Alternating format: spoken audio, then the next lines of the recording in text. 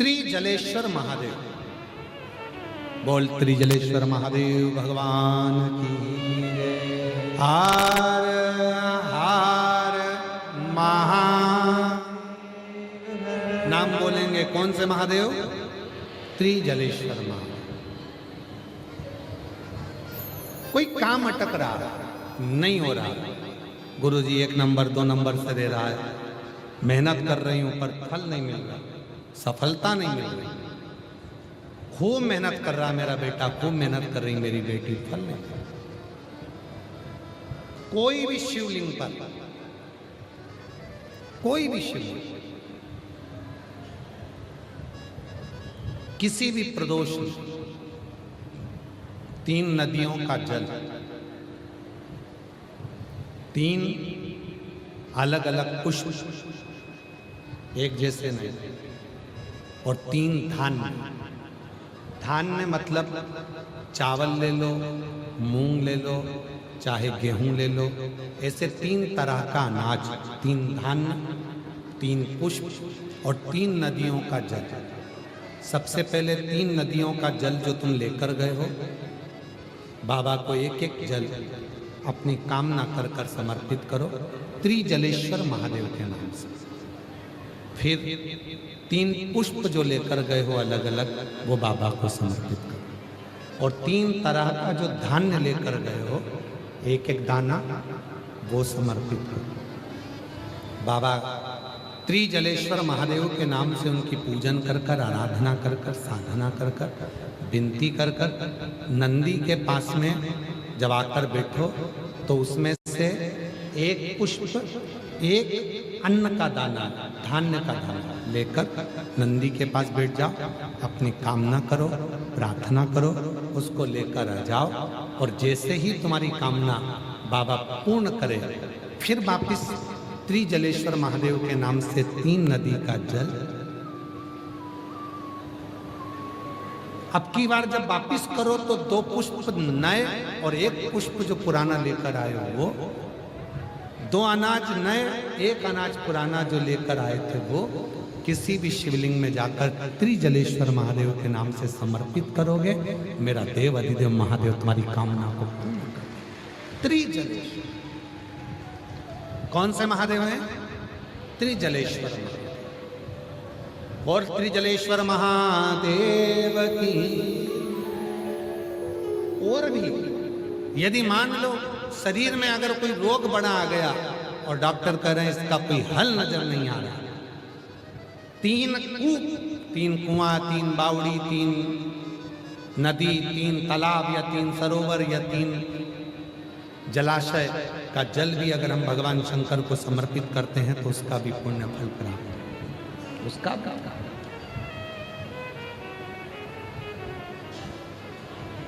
त्रिजलेश्वर महादेव कार्य की सिद्धि देते हैं,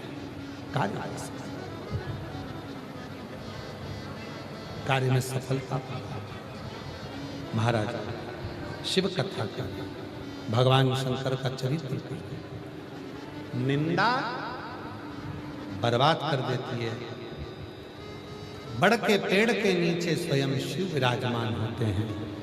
माता सती के हृदय में, उनके कानों में जो पिता ने निंदा करी थी, वो कानों की निंदा को निकालने के लिए शिव सती माता को कुंभज ऋषि की यहाँ कथा श्रवण करा। कथा क्या करते हैं?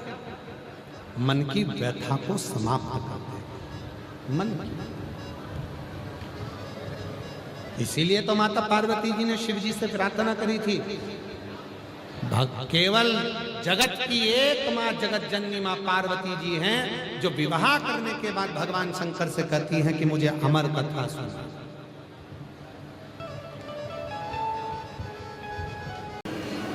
काम भी ऐसी जगह आता है जिस समय पर मनुष्य बहुत ज्यादा अटक जाता है, जैसे कनेर का फूल और दुर्वा का संग।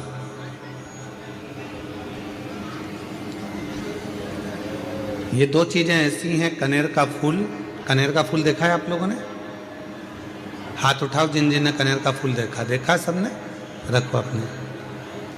एक कनेर का फूल, एक दुर्वा। दुर्वा हमारे यहाँ पर कहते हैं वो हरी हरी जो घास होती है, दूब होती है, उसको दुर्वा कहते हैं।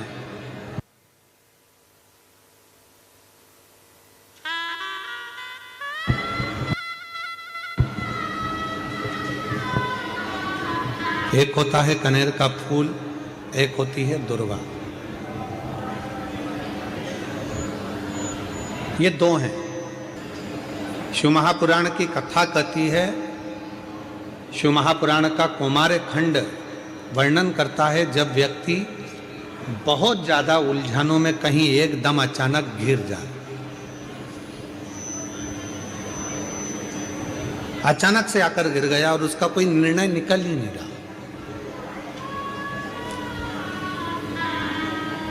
वो निर्णय निकल ही नहीं रहा है, बिल्कुल इतनी अड़चन में फंस गया, इतनी अड़चन में फंस गया कि चारों तरफ से ऐसा लग रहा है कि अब तो कोई निर्णय निकल ही नहीं रहा, अब तो मर जाऊं तो अच्छा। तो शिव पुराण की कथा कहती है मरना उसका कोई हल नहीं है, सुसाइड कर लेना उसका हल नहीं है। अब मैं चारों तरफ से घिर गया हूं, बहुत परेशान हो गया हूं, बहुत तकलीफों में फंस गया हूं, तो अब तो मैं मर जाऊं तो अच्छा। उसके मन में ये भाव आ जाता है।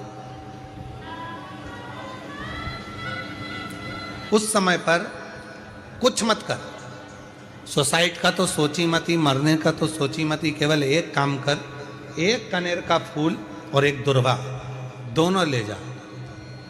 जया, विषहरा, शामली बारी, दौतली और देव, शिव जी की 5 बेटियां। सब लोग उनका नाम लेंगे साथ में। पहले नंबर पर जया, विषहरा, शामली बारी, दौतली और देव। ये शंकर जी की जो 5 लड़कियां हैं, ये डीले कम कर दो, आवाज क्लियर कर दो। शिव जी की जो 5 लड़कियां हैं, इन 5 लड़कियों का नाम लेकर एक कनेर का फूल और एक दुर्वा जो भगवान शंकर को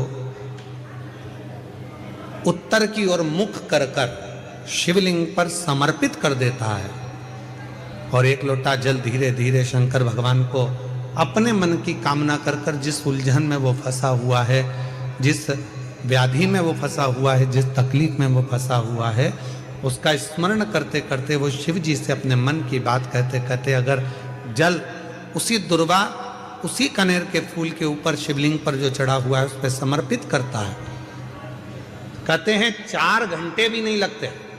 3 महीने तो जान दो, 3 दिन भी जान दो, 4 घंटे भी नहीं लगते और देवाधिदेव महादेव उस व्याधि से उसको निकालना प्रारंभ कर, उस व्याधि से वो निकालना प्रारंभ कर देता, उस तकलीफ से उसको दूर करना प्रारंभ कर देता। पर एक निवेदन है आप सबसे, अगर शिव महापुराण पर आपका भरोसा है और शिव जी पर विश्वास है तो ये सब कुछ करा हुआ हमें फल देता है, और अगर भरोसा ही नहीं है, विश्वास ही नहीं है, तो फिर बड़ा मुश्किल है कि आप शंकर को जल चढ़ाते चढ़ाते पूरी जिंदगी निकाल दोगे तो भी उसका कोई हल, उसका कोई फल मिलना नहीं, पूरी जिंदगी।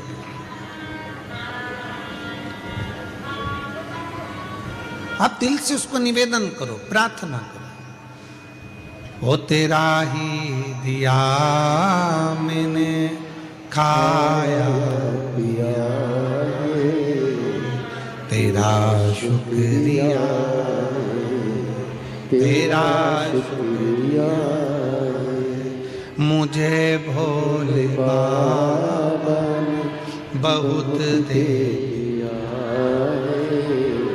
तेरा शुक्रिया, तेरा शुक्रिया। शिव को अपने मन की बात करें, निवेदन करें। ऐसे दयालु नाथ से रिश्ता निभाइए, बोलो जितने बैठे सब बोलो, ऐसे दयालु नाथ से रिश्ता बनाइए, मिलता रहेगा आपको जो कुछ भी चाहिए, मिलता रहेगा आपको जो कुछ भी चाहिए।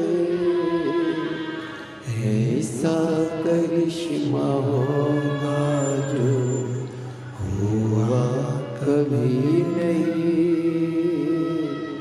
ऐसा करिश्मा होगा जो हुआ कभी नहीं। मांगा है भोलेनाथ से, आवाज नहीं आ रही आप लोगों की। मांगा है भोलेनाथ से वरदान एक, तेरी दया बनी रहे जब तक है जिंदगी, तेरी दया बनी रहे जब तक है जिंदगी, तेरी कृपा बनी रहे जब तक है जिंदगी। जो बैठ कर मांग रहे हैं, जो हम बाबा से प्रार्थना कर रहे हैं, जो निवेदन कर रहे हैं, जो बाबा से विनय कर रहे हैं, वो बाबा स्वीकार कर, वो दे रहा, स्वीकृत कर रहा है, स्वीकार कर रहा है।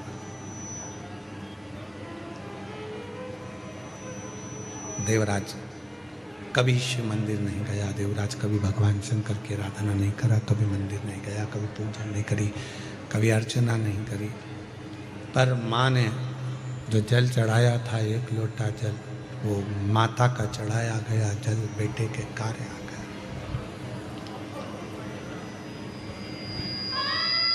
माँ का चढ़ाया गया जल बेटे के काम आ गया। जो आप शिव जी को जल चढ़ा रहे हो, भगवान शंकर को जल चढ़ा रहे हो, शिव जी से विनय कर रहे हो, निवेदन कर रहे हो, विनय कर रहे हो, विनती कर रहे हो, वो चढ़ाया गया जल एक ना एक दिन आपकी जिंदगी को पलट कर जरूर रखेगा, ये निश्चित है। जो चढ़ा, जो शंकर भगवान को जल चढ़ा रहा है, जो शिव जी को जल समर्पित कर रहा है, वो आपका जीवन बदल कर रहा है, ये निश्चित।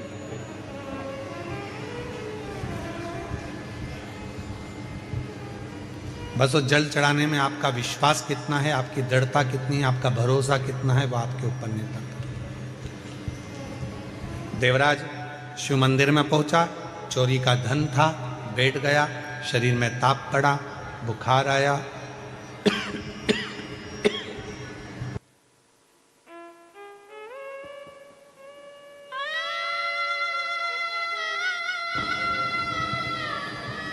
शरीर में ताप पड़ा, बुखार आया, और देवराज शरीर में ताप पड़ने पर, बुखार आने पर दुबक कर बैठा था, चुप कर। परसों के दिन जब हम सीहोर में थे बाबा के धाम में, तो एक किसी ने प्रश्न किया था परसों, और उस प्रश्न में उसने कहा कि गुरुजी, सबसे पहले शंकर भगवान जब अपने भक्त पर कृपा करते हैं, जब शंकर भगवान अपने भक्त का दुख काटना चालू करते हैं, तो हमको कैसे मालूम पड़ता है कि भगवान शंकर ने अब हमारा दुख काटना प्रारंभ कर दिया? हमें मालूम कैसे पड़े? तो हम उमाखंड में एक चरित्र आता है, जब माता पार्वती जी तप करते करते पर तुम्हारी तकलीफ के समय पर, तुम्हारी कष्ट के समय पर जो खड़ा है, समझ लेना कि वही तुम्हारे लिए हितैषी है और वही शिव है,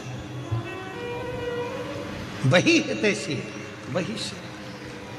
परिवार बहुत बड़ा है, रिश्तेदार बहुत सारे हैं, पूरा कुटुंब भरा पड़ा है, पूरा घर भरा पड़ा हुआ है, पूरे नातेदार, रिश्तेदार, कुटुंबी, परिवार, नाते, रिश्ते, कुटुंब, परिवार ढेर भरा पड़ा हुआ है, सारा घर बड़ा पड़ा हुआ है, पर दुख की घड़ी में, दुख के समय पर, तकलीफ की घड़ी में कोई बहुत बड़ा कष्ट आकर खड़ा हो गया और बहुत बड़ी तकलीफ आकर खड़ी हो गई, और उस दुख की घड़ी में अगर दरवाजे पर कोई अपना आकर खड़ा हो जाए तो समझ लेना कि सारे रिश्तेदारों में सबसे श्रेष्ठ रिश्तेदार वही है जो दुख की घड़ी में हमारे गेट पर खड़ा है। तुम्हारे दुख के समय पर अगर कोई गेट पर खड़ा है, तुम्हारे साथ खड़ा है, समझ लेना कि वही शिव है, वही श्रेष्ठ है। पहले नंबर पर गेट, दूसरे नंबर पर बेड। तुम्हारी बीमारी के समय पर, तकलीफ के समय पर, शरीर में रोग के समय पर, हॉस्पिटल में बेड पर पड़े हुए हो, घर पे पलंग पर पड़े हुए हो, और कोई तुम्हारे बेड के पास खड़ा है, तो समझ लेना वही तुम्हारे लिए श्रेष्ठ है। बाकी के जितने हैं वो सब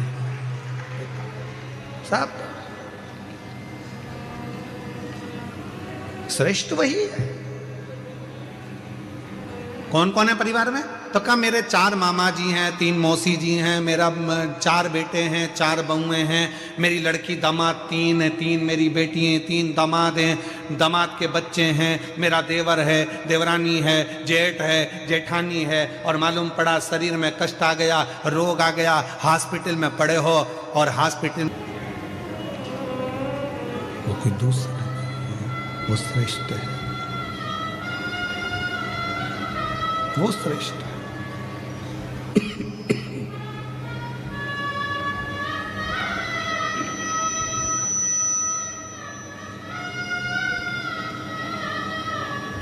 बस देवराज नाम का ब्राह्मण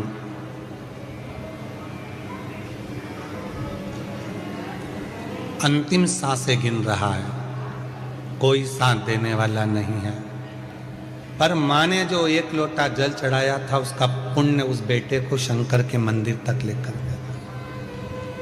वो पुण्य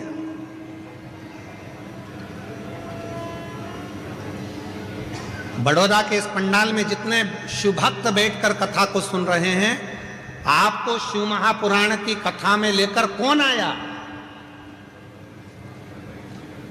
कौन तुमको यहां लेकर आया?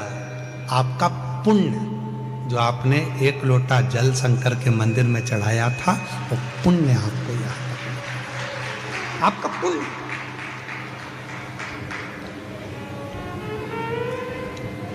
कई लोग पत्रिका दिखाने जाते हैं, कहते हैं महाराज जी बताओ इसमें राजयोग कितना है, राजयोग कितना है, बताओ हमारा भाग्य कैसा होगा, हमारा भविष्य कैसा होगा।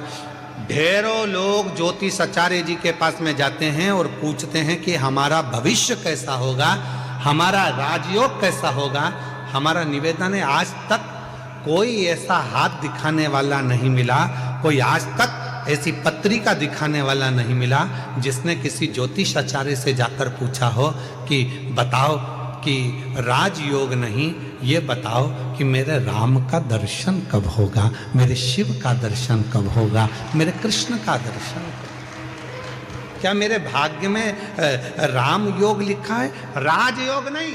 मेरे हाथ की रेखा में क्या राम का दर्शन लिखा है? मेरे हाथ की रेखा में क्या भगवान का दर्शन लिखा है? मेरे पत्रिका में, जन्म पत्रिका में क्या शिव का भक्ति लिखी है? क्या मेरी जन्म पत्रिका में भगवान शंकर की भजन लिखा है? क्या मेरी जन्म पत्रिका में क्या शिव की भक्ति लिखी है? बंसल जी, इनको देखकर ऐसा लगा जैसे शबरी के दरवाजे पर राम जी आए थे, तो शबरी भी अपनी सुध खो बैठी थी, वो सुध खो। पर बंसल जी, आपको भी मैं धन्यवाद दूंगा, आप बोल हीरा के परखैया हो पक्का। जिन जजमान के यहाँ अमर को ठहराया, अग्रवाल जी के यहाँ जयदेव जी उनके पुत्र हैं, जिनके हम ठहरे, उनका भी इतना सरल भाव है, इतना सरल भाव। क्या नाम है उनका, जिनके हम ठहरे हैं? उनका नाम स्मरण में नहीं है हमको, अग्रवाल जी का। तो वो आप ही हैं? अच्छा, साधुता है आपको, बहुत बहुत। इतनी सरलता के साथ में हम जैसे चाहते हैं कि हम जहाँ रुकें वहाँ हम केवल भजन करें, इसके सिवाय कोई हमको परेशान ना करे, ना हमसे कोई पूछे ना। हमसे ये भी मत पूछो कि तुम खाना खाए, भोजन करे कि ना करे, पानी पिए कि नहीं पिए, दूध प्रसाद लिया कि नहीं लिया। हम तो हमारा भक्ति महाराज जी, केवल शिव जी का अभिषेक, शालिग्राम जी का अभिषेक, ठाकुर जी की सेवा और श्री शिवाय नमस्ते। तो मैं इनको भी धन्यवाद दूंगा, आपने ऐसी जगह ठहराया कि जहाँ उनकी बहू बच्चे कोई नहीं, केवल कुछ कोई पूछे ना, केवल उनको मालूम है गुरु जी अपनी भक्ति में लगे हैं, भोजन प्रसाद बना देना, ठाकुर जी की सेवा में पहुंचा देना। अग्रवाल जी आपको भी बहुत बहुत धन्यवाद देता हूँ इस चीज के लिए। साधु विराजिए, बहुत बहुत साधु। शिव तत्व इसी को कहते हैं।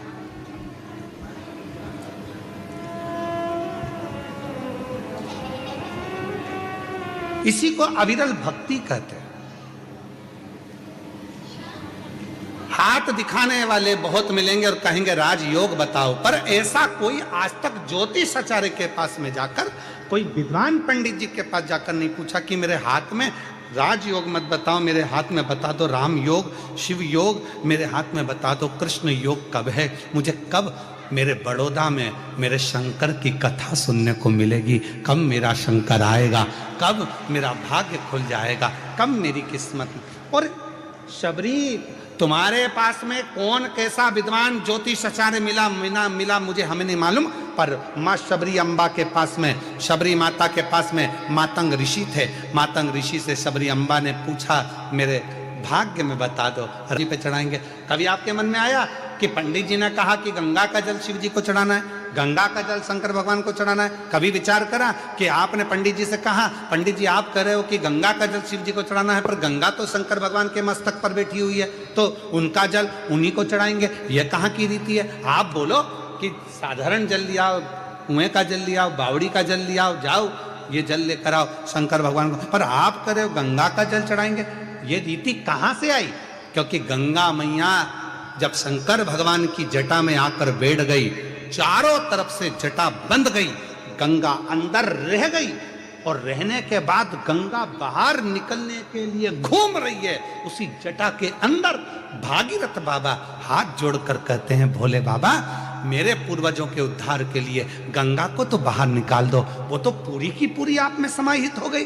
तब शंकर भगवान ने कहा कौन कह रहा है कि गंगा को निकालना है? भागीरथ जी कहते हैं मेरे पूर्वजों के लिए गंगा को निकाल दो, मैं गंगा को निकालने को तैयार हूं। गंगा तैयार है? गंगा कहती है मैं भागीरथ जी के पूर्वजों के उद्धार के लिए कलकल कर कर बहना चालू करती हूं और ऐसी दौड़ लगाऊंगी कि भागीरथ बाबा के 60,000 काकाओं के उद्धार को मैं अभी की अभी कर दूंगी। शिव जी कहने लगे तेरी दौड़ में तुम मुझे दर्शन नहीं कर पाएगी, मुझसे नहीं मिल पाएगी। गंगा जी कहती हैं मैं आपका दर्शन भी करूंगी और मिलूंगी भी। और गंगा को भगवान शंकर ने अपनी जटा से निकाला। बहती हुई गंगा भागीरथ बाबा के यहाँ 60,000 काकाओं के उद्धार के लिए पहुंच गई। गंगा सागर में पहुंच गए। अब गंगा को शिव नहीं मिल रहा, गंगा को शंकर का दर्शन नहीं हो रहा, गंगा शिव को देख नहीं पा रही है, गंगा शंकर के करीब नहीं रह पा रही है, गंगा शंकर भगवान का मुख नहीं देख पा रही है। नैनों से नीर बह रहा था। भगवान नारायण का दर्शन गंगा जी को हुआ। नारायण ने पूछा क्यों गंगा कैसी हो? गंगा जी कहती हूं तो अच्छी, पर जिन शिव की जटा से निकली हूं उनके पास जाने के लिए वापिस तरस रही हूं, मिल नहीं पा रही। कोई ऐसा साधन बता दो कि मुझे शंकर का दर्शन हो जाए। गंगा मैंने तो सुना है शंकर भगवान जिसको अपना बना लेते हैं उसको दूर नहीं करते हैं, तो शिवजी ने तुझे दूर कैसे कर दिया? गंगा जी कहती हैं शंकर भगवान ने दूर नहीं करा, मैं मेरी अहंकार से शिव से दूर हो गई। शिवजी ने कहा था मत जा गंगा, मैं तुझे अपनी जटा में हमेशा रखने को तैयार हूं, तू इस जटा में विराजमान रहे। पर गंगा मैंने शंकर भगवान से कहा तुम मुझे छोड़ो, मैं भागीरथ बाबा के 60,000 काकाओं का उद्धार करूंगी और तुम्हारा दर्शन करने आ जाऊंगी। पर ऐसी बह रही हूं, निरंतर ऐसी बह रही हूं कि शिव का दर्शन मुझे वापस मिलता ही नहीं है। आप कुछ कृपा करो। भगवान नारायण ने शंकर जी से प्रार्थना करी, आप कुछ करिए। शंकर जी ने पार्वती से कहा, पार्वती गंगा का जल लेकर ही मुझ पर चढ़ा। पार्वती जी ने पूछा, जो गंगा तुम्हारी जटा पर बैठी है उसी का जल तुम्हें चढ़ाऊं, तो इसका मतलब क्या है? शंकर भगवान कहते हैं कि वो गंगा मेरे दर्शन करने के लिए तरस रही है।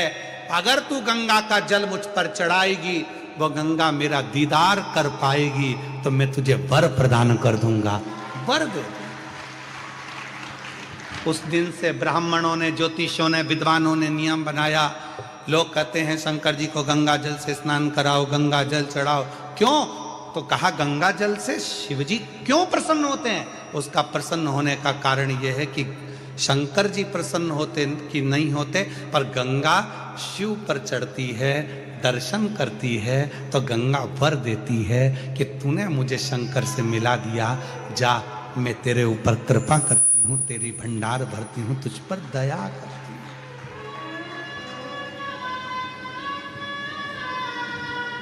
कृपा करती हूँ, मैं तुझ पर दया करती हूँ।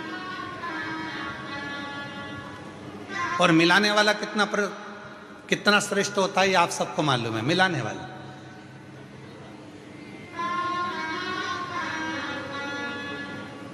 आप खींचो 3 लाइन।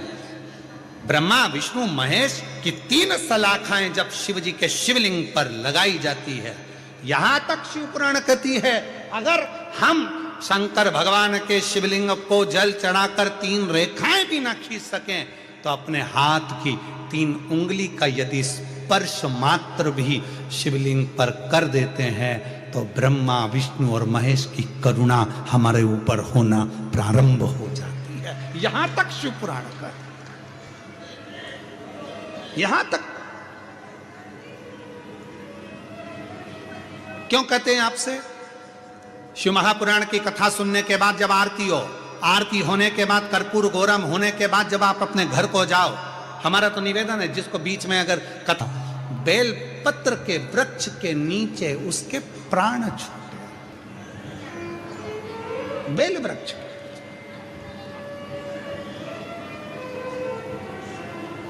शिव महापुराण की कथा कहती है,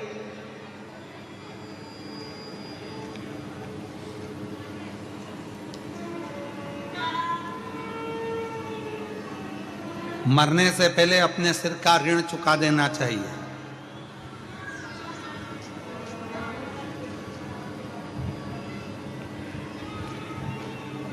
मरने से पहले अपना एक ऋण सिर पे लेकर मत जाओ, सारे ऋण चुका दो।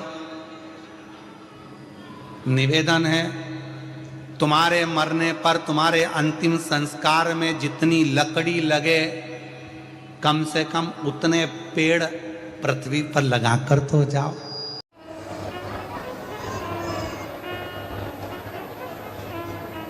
हम तो यहां तक कहेंगे, अगर कोई अड़चन आ जाती है, कोई परेशानी आ जाती है, कोई अड़चन पड़ जाती है, परेशानी पड़ जाती है, और उसमें कोई हल नहीं निकल रहा है,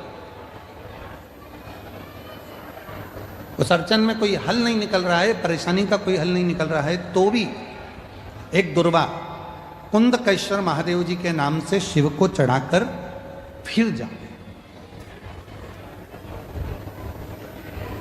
उसमें हल मिलना प्रारंभ। कुंदकेश्वर महादेव हमारे मंजिल तक हमको पहुंचाते हैं। उसको थोड़ा बल दीजिए, उसको थोड़ी शक्ति दीजिए। और उसी तरह शिव महापुराण की कथा कहती है, जब पार्वती मैया शिव जी की साधना में डूबी हुई थी,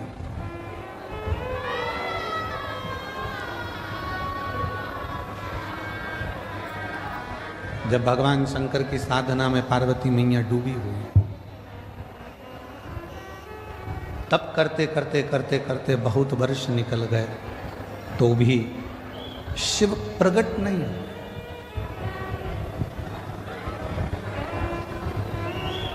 तो भी भगवान शंकर प्रकट नहीं हुए।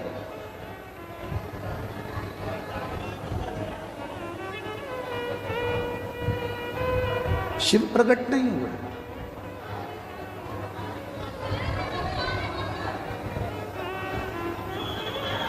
माँ पार्वती जी थोड़ी सी हिम्मत हार गई। कब? जब उन्होंने सूखे पत्तों का सेवन किया। नासिका के एक ही छिद्र से श्वास लेती हैं और इसी छिद्र से श्वास छोड़ देती हैं। तब थोड़ी सी हिम्मत माँ जगतजननी जगदम्बा माँ पार्वती जी हारी। कई माताएं व्रत करती हैं, साधना करती हैं, उपास करती हैं, नियम ले लेती हैं, कोई व्रत धारण कर लेती हैं और उनको लगता है कि मैं व्रत कर रही हूँ। जब आप लोग हिम्मत हारने लगते हो तो जिसका तुम व्रत कर रहे हो, जिसकी तुम साधना कर रहे हो, जिसका तुम तप कर रहे हो, वो देवता तुम्हें हिम्मत देने के लिए तुम्हारे मन के अंदर आकर विराजमान हो जाता है। तब वो आता है।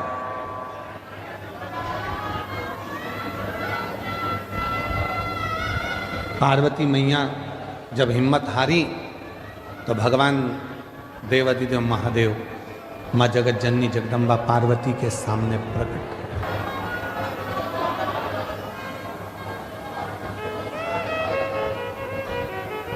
और शंभु शरणे घड़ी मांगू घड़ी रे घड़ी दुख काटो दया करे ने दर्शन आपो शंभु शरणे घड़ी मांगू घड़ी रे घड़ी दुख काटो दया करे दर्शन आपो। शिव पार्वती जी की साक्षी में उनको बल देने के लिए प्रकट, असली स्वरूप में नहीं। असली स्वरूप में शिव नहीं है। शिव स्वरूप बदल कर कभी शंकर भगवान ऋषि का रूप लेकर आते हैं और पार्वती को बल देते हैं। कभी शंकर भगवान मगर बनकर आते हैं, पार्वती को बल देते हैं। कभी शंकर भगवान पार्वती जी के सम्मुख में कोई स्त्री का रूप लेकर आते हैं, बल देते हैं।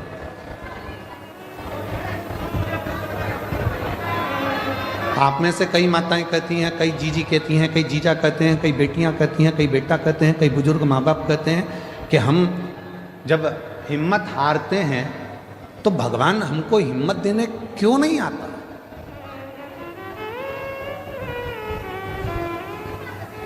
भगवान को हिम्मत देने क्यों नहीं आता? शिव महापुराण की कथा कहती है, जब आप हिम्मत हारते हो, परिवार के भले ना आए पर तुमने जो एक लोटा जल चढ़ाया है वो शंकर तुम्हारे सामने खड़े होकर रूप बदलकर किसी रिश्तेदार का स्वरूप धरकर, किसी परिचित का स्वरूप धरकर, कोई अपनों का रूप रखकर, कोई परिचित का रूप रखकर, कोई रिश्तेदार का रूप रखकर मेरा देव अधिदेव महादेव आकर हिम्मत जरूर देता है और तुमको जिंदगी जीने का एक तरीका सिखाता है।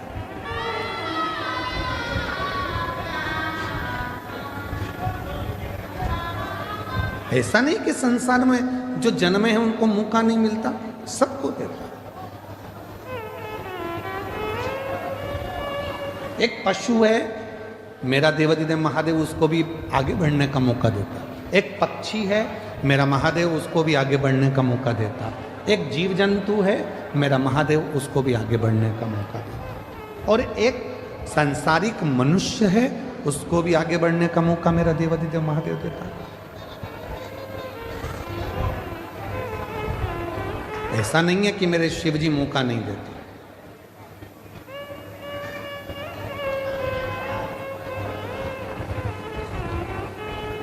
नदी में, पानी में, समुद्र में, तालाब में, कुएं में, बावड़ी में अगर कोई डूबता है, कोई डूब रहा है, तो पानी भी एक मौका देता है उसको उछाल देकर बाहर निकालने का कि अभी भी मौका है, तुम उससे बाहर निकल।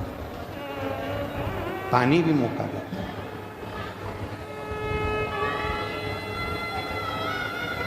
वो परमात्मा हर जगह मौका देने के लिए तैयार बैठा है। संसार के बेटा बेटी कहते हैं, नवयुवक बच्चे कहते हैं हम पढ़ पढ़ के थक गए, एग्जाम दे दे कर थक गए, हम कंपटीशन एग्जाम में बैठ बैठ कर थक गए, पर हमारा सिलेक्शन ही नहीं हो रहा। ऐसा नहीं है। ऐसा कोई संसार में जन्मा नहीं जिसको परमात्मा ने आगे बढ़ने के लिए मौका नहीं दिया। उड़ने का मौका तो परमात्मा देते ही हैं। और अगर आप लोगों ने देखा हो, हम तो बड़ौदा में नहीं रहते, हम गुजरात में नहीं रहते, हम तो मध्य प्रदेश में रहते हैं, पर हमने वहाँ देखा है। आप लोगों ने यहाँ पर देखा है कि नहीं देखा मालूम नहीं। बारिश में एक होती है चींटी, एक होता है चीटा। बोलो बोलो, देखा है कि नहीं देखा? समय एक ऐसा आता है कि भगवान वो चींटी को भी पर दे देता है और चीटे को भी पर देता है कि उड़ ले, तू भी उन्नति की ओर बढ़ ले, तू भी आगे। आप जरा विचार करिएगा कि वो परमात्मा जब चींटी को पर दे सकता है, वो परमात्मा जब चीटे को पर दे सकता है, पर उस चीटे और चींटी में भी कोई कोई चींटी चीटे ऐसे रहते हैं, पर मिलने के बाद भी वो उड़ते ही नहीं हैं, वो आगे बढ़ते ही नहीं हैं। संसार में ऐसे लोग भी हैं कि उनको मौका मिलता है तो भी उस मौके का वो फायदा ना उठाकर वहीं की वहीं पड़े रहते हैं और आगे बढ़ नहीं। उसने चींटी को भी पर दिया, उसने चीटे को भी पर दिया कि तू बढ़ ले, आगे बढ़ ले। ये 7 दिन की शिव महापुराण की कथा हो रही है। आज कथा का 6ठा दिन है। आज कथा की शिवरात्रि है। कल कथा सुबह 8 बजे से 11 बजे तक ये बड़ौदा नगर के इस ग्राउंड में हो जाएगी। टीवी पर वही 2 बजे से 5 बजे तक आ जाएगी। 7 दिन दिए परमात्मा ने, मौका दिया परमात्मा ने कि मैंने तुझे पर दिए हैं, अभी भी अगर तू विपदाओं में घिरा है, दुख में घिरा है, तकलीफों में घिरा है, कष्ट में घिरा है, परेशानियों में घिरा है, तो तेरे बड़ौदा नगर में भोलानाथ डमरू लेकर आया है और तू डमरू के नाद को, डमरू के शब्द को श्रवण, वो मौका दे रहा। उसके बाद भी अगर हम श्रवण ही ना करें, धारण ही ना करें, तो वो जीवन बेकार। इसको कहते हैं शिव महापुराण ज्ञान यज्ञ। कौन सा यज्ञ है ये? जम के बोलो जरा। शिव महापुराण ज्ञान यज्ञ। क्योंकि सारे यज्ञों में सबसे बड़ा यज्ञ होता है ज्ञान का यज्ञ।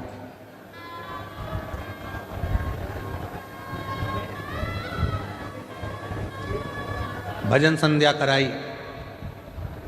रात को खूब नाचे कूदे, एंजॉय करा, पूरे होर्डिंग लगाए गए बड़े बड़े, भजन संध्या है, भजन संध्या है, भजन संध्या। चौकी बिठाई, आज चौकी है, आज भजन संध्या है, पूरी रात लोगों ने एंजॉय करा। ठीक है, भजनों में नाचे आप, ठीक है, पर ज्ञान क्या लिया? ज्ञान क्या प्राप्त किया? बड़े बड़े यज्ञ हुए, उसमें आहुतियां छूटी, बैठने वाले बैठे, खर्च करने वालों ने खर्च भी किया, बहुत बड़े बड़े बड़े यज्ञ हुए, पर उससे हमने ज्ञान क्या लिया?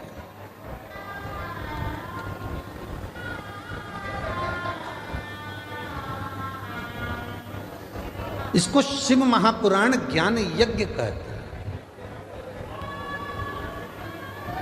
तो कहा गुरुजी अगर ये यज्ञ है तो यहां कुंडी कहां है?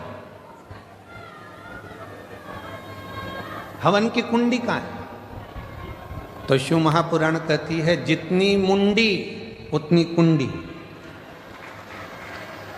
ये ज्ञान यज्ञ है। इस ज्ञान यज्ञ में जितने जितने बैठे हुए हैं और जिन जिन के कानों में शिव महापुराण की कथा जा रही है। जितनी जितनी मुंडी है, जितने जितने शीश हैं, उतनी उतनी वो कुंडी है। ये ज्ञान उसकी बुद्धि में, उसके श्रवण शक्ति में जा रहा है। वो नेत्रों से दर्शन कर रहा है, हृदय में उतार रहा है। और एक ना एक दिन जो उसने ज्ञान लिया है, उसकी जिंदगी में अगर उसने उतार लिया तो वो संकट से बचेगा और एक दिन मेरा भोले बाबा उसकी झोली खुशियों से भरेगा। ये वो यज्ञ है।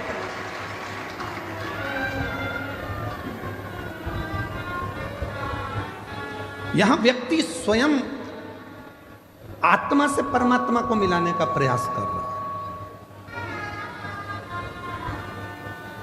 है, मन को परमात्मा से लगा।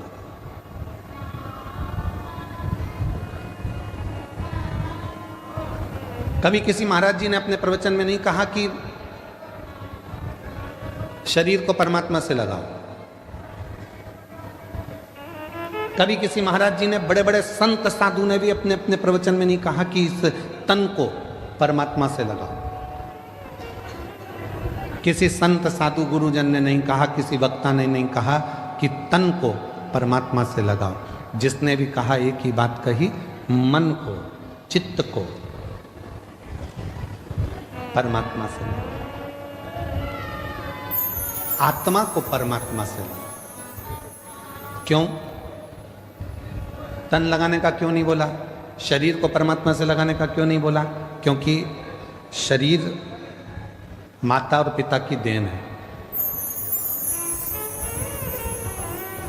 इस शरीर में आधा भाग मां का है, इस शरीर में आधा भाग पिता का। शरीर माता पिता की देन है और जब थोड़े से बड़े हो गए तो ये शरीर भोजन की देन है। जितना खाओगे उतने तंदुरुस्त रहोगे।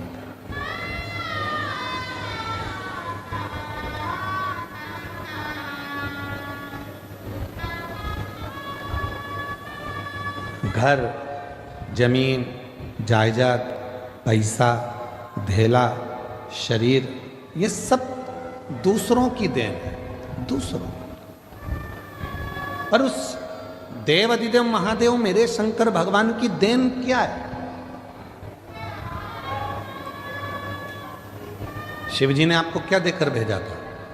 तो कहा शंकर भगवान ने हमको ये आत्मा, ये मन, ये चित्त देकर भेजा। इसीलिए बड़े बड़े वक्ता हों, चाहे छोटे छोटे कथा वक्ता हों, चाहे कोई संत हो, साधु हो, सन्यासी हो, तपस्वी हो, साधक हो, वो आपसे कहते हैं अपनी आत्मा को परमात्मा में लगाओ, मन को परमात्मा में लगाओ, तन को नहीं, शरीर को नहीं, मन लगाने की बात करते हैं। क्यों?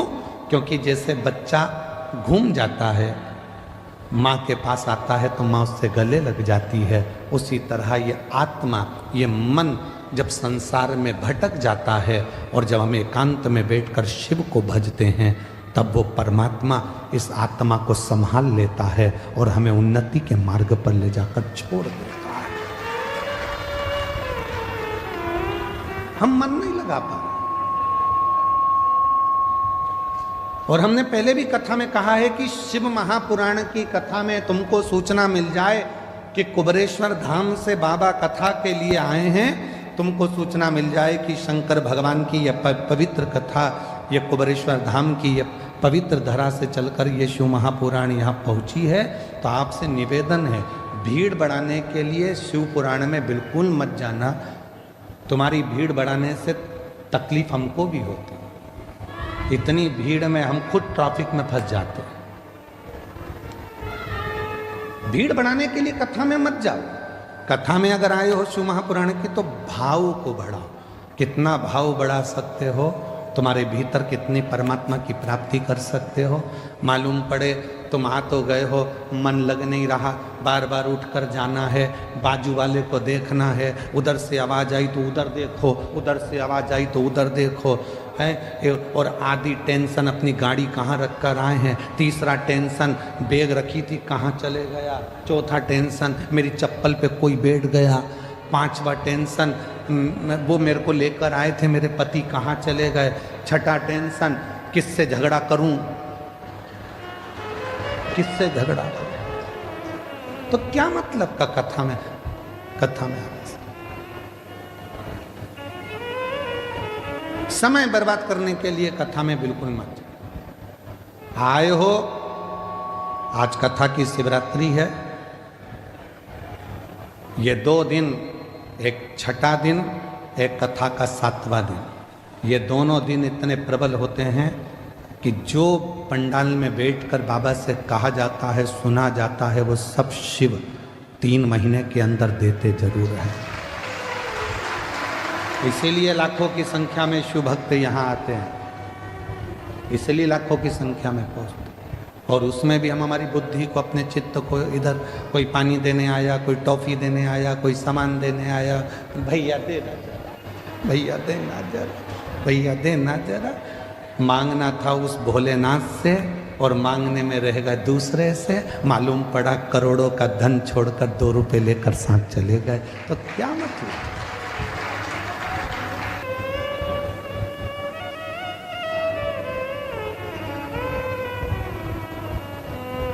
सात दिन की कथा में जितनी चिल्ला चोट नहीं होती उतनी पीछे के 2 दिन में होती है। क्यों? क्योंकि भगवान भी चाहता है अगर अच्छे से कथा सुन लेगी तो मुझे देना पड़ेगा, इसलिए इसको थोड़ा थोड़ा डिस्टर्ब करो, इसको थोड़ा परेशान करो। ये कथा नहीं सुन पाए, कथा नहीं सुन पाएगी तो मुझे देना नहीं पड़ेगा। इसका मन नहीं लगेगा तो मुझे देना नहीं पड़ेगा, मन लग गया तो फिर तो मुझे देना पड़ेगा। इसलिए 2 दिन तुम्हें समझदारी रखना है। चिल्लाने वाले चिल्लाएंगे, तुम्हें समझदारी रखना है। कोई तुम्हारे पास से बार बार उठ के जाए तो सिर पे पल्लू लेके पाँव पड़ ले, तेरे हाथ जोड़ो, बैठ नीचे बैठ। कहाँ बार बार जा रहा है? तुझ में नारद घुस गया क्या? नारद भरा गया क्या? बार बार जा रहा है, फिर आ रहा है, फिर जा रहा है, फिर आ रहा है, बैठ जा। बहुत सावधानी की जरूरत है।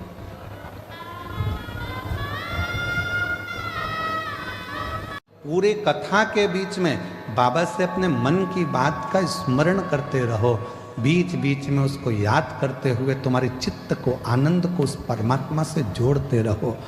लगना चाहिए कि तुम्हारी रोमावली, हाथ की पाँव की रोमावली तुम्हारी खड़ी हो रही है, वो परमात्मा तुमको मिल रहा, वो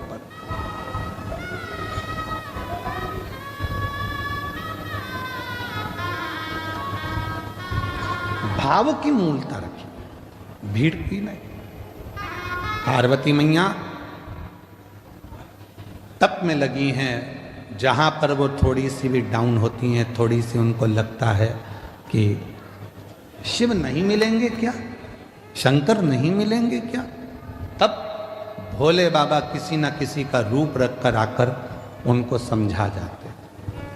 तुम भी जिंदगी में जब जब डाउन होगे, तुम्हारे जीवन में जब जब तुम परेशानी की ओर बढ़ोगे और जब जब तुम्हारे जीवन में थोड़ी तकलीफ आएगी, अगर तुमने 1 लोटा जल शिव जी को चढ़ाया है तो वह मंदिर में से निकलकर महादेव तुम्हारे दरवाजे पर आकर तुमको समझाने का प्रयास। मेरा शंकर भगवान कभी अपने असली स्वरूप में नहीं आता, याद रखना। मेरा भोले बाबा कभी तुम्हारे सामने गले में सांपों की माला लेकर, डमरू लेकर, भस्म लगाकर, जटा बांधकर, रुद्राक्ष की माला पहनकर, त्रिपुंड लगाकर, ऐसे मेरे शंकर भगवान बागंबर धारण कर कर कभी नहीं आते, आते ही नहीं है। उन्होंने पार्वती जी को तुरंत माता जगत जननी जगदम्बा पार्वती जी को वचन दिए। 2 वचन माता पार्वती जी को शंकर भगवान ने दिए थे। पहला वचन दिया था कि मेरी परिक्रमा पूरी नहीं होगी, ये पार्वती को वचन दिया। इसलिए कभी भी शंकर भगवान की परिक्रमा पूरी नहीं होती। यहाँ से चालू करा, जैसे ये शिवलिंग है तो यहाँ से चालू करके यहीं से वापिस आ जाते हैं, जहाँ से जल बहता है उसको लांघते नहीं, क्योंकि पार्वती को वचन दिया। गणेश जी महाराज ने शंकर भगवान की परिक्रमा पूरी कर ली थी। षडानंद कार्तिक के परिक्रमा करने मोर पर गए थे और गणेश जी ने चूहे पे बैठ के शंकर की परिक्रमा कर ली थी, देवादिदेव महादेव की। तो भगवान शंकर प्रसन्न होकर वर दे दिए थे कि तुम प्रथम गिनती में गिनाओगे गणेश, सारी दुनिया तुम्हारी पूजन करेगी। तब पार्वती का दिल दुख गया था। पार्वती ने कहा मेरा एक बेटा परिक्रमा करने मोर पर बैठ कर गया, दूसरे ने बुद्धि का परिचय दे दिया, चूहे पे बैठकर तुम्हारी परिक्रमा कर ली तो तुमने उसे वर दे दिया। मेरा एक बेटा तो दुखी होगा ना, माँ तो दोनों बेटे की सोचती है ना, और तुम्हारे लिए एक प्रिय हो गया। भोलेनाथ, आज ये पार्वती अपने पति से वचन मांगती है। मैं जानती हूं कि तुम भोले हो, तुम्हारी कोई भी परिक्रमा करेगा तो तुम उठाकर कुछ भी दे दोगे। इसलिए आज वचन दो कि तुम्हारी कभी भी पूर्ण परिक्रमा नहीं हो। शिव जी ने वचन दे दिया, वचन कि मेरी पूर्ण परिक्रमा नहीं होगी, अधूरी परिक्रमा होगी, पूर्णता में नहीं। शिव को पहचानो। और दूसरा, मां जगत जननी जगदम्बा भगवान शंकर से मांग रहे, जब दुख की घड़ी, जब तकलीफ की घड़ी, कष्ट की घड़ी, तब आपको आना।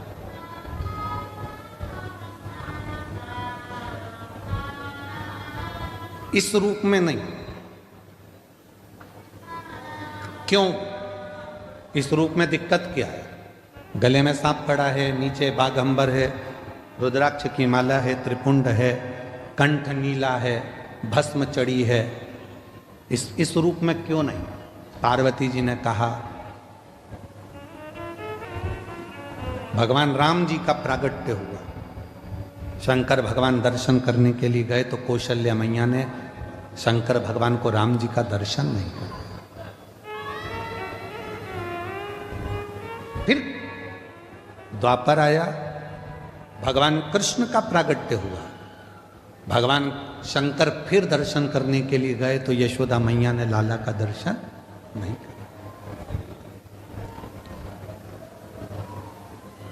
वो आप लोग एक लाइन गुनगुनाते, श्री कृष्ण के दर्शन करने चले सदा शिव गोकुल में, गली गली में शोर मचावे चले सदा शिव गोकुल में।